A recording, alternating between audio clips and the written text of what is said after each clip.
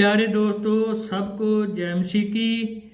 जब हमारे जीवन में चिंताएं परेशानियां बढ़ जाती हैं तो शैतान हमारे मन में झूठा विचार डालता है कि परमेश्वर तुम्हारा ध्यान नहीं रखता है। वो ऐसे विचार इसीलिए हमारे मन में लेकर आता है ताकि हम परमेश्वर में आत्मिक तौर पर बढ़ ना सकें।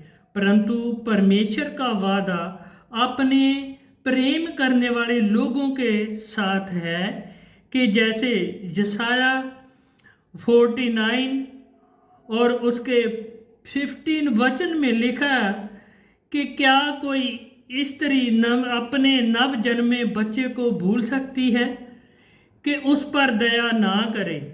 वो बेशक भूल भी जाए पर मैं तुझे कभी नहीं भूलूंगा।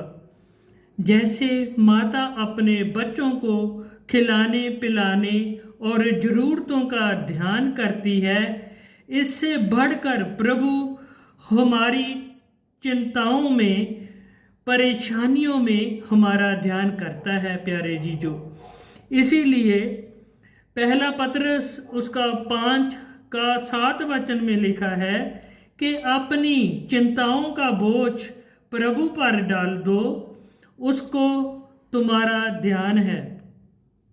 जब बाइबल में उत्पत्ति अध्याय 2 उसके 7 वचन में जब यहोवा ने आदम को बनाया तो उसके खाने पीने का ध्यान किया। प्रभु ने अदन में एक वाटिका तैयार की जिसमें आदम के खाने के लिए उत्तम उत्तम फलदार वृक्ष थे और परमेश्वर ने आदम को उसी वाटिका में रखा और आदम को खाने पीने की कोई चिंता नहीं थी क्योंकि प्रभु ने उसका ध्यान किया। और प्यारे जीजो, दूसरी घटना निर्गमन की पुस्तक में है। जब इस्राएली प्रजा मिस्र की गुलामी कर रही थी तो मिस्रियों ने उनके काम और दुखों को बहुत बढ़ा दिया और उन्होंने अपने दुखों और चिंताओं में अपने परमेश्वर के आगे दुहाई दी और प्रार्थना की। और परमेश्वर ने अपनी प्रजा की स्वर्ग में उनकी आवाज़ को, प्रार्थना को सुना और अपनी प्रजा की चिंता की और अपने जन मूसा को मिस्र में भारी बल के साथ भेजा कि इस्राएलियों को गुलामी से छुड़ाकर प्रतिज्ञा किए हुए देश कनान में पहुंचाए। और मूसा जब इस्राएलियों को छुड़ाकर कनान देश में लेकर जा रहा था तो जंगल में इस्राएलियों के पास खाना खत्म हो गया और वो भूख से चिल्लाने लगे और मूसा पर बुड़बुड़ाने लगे।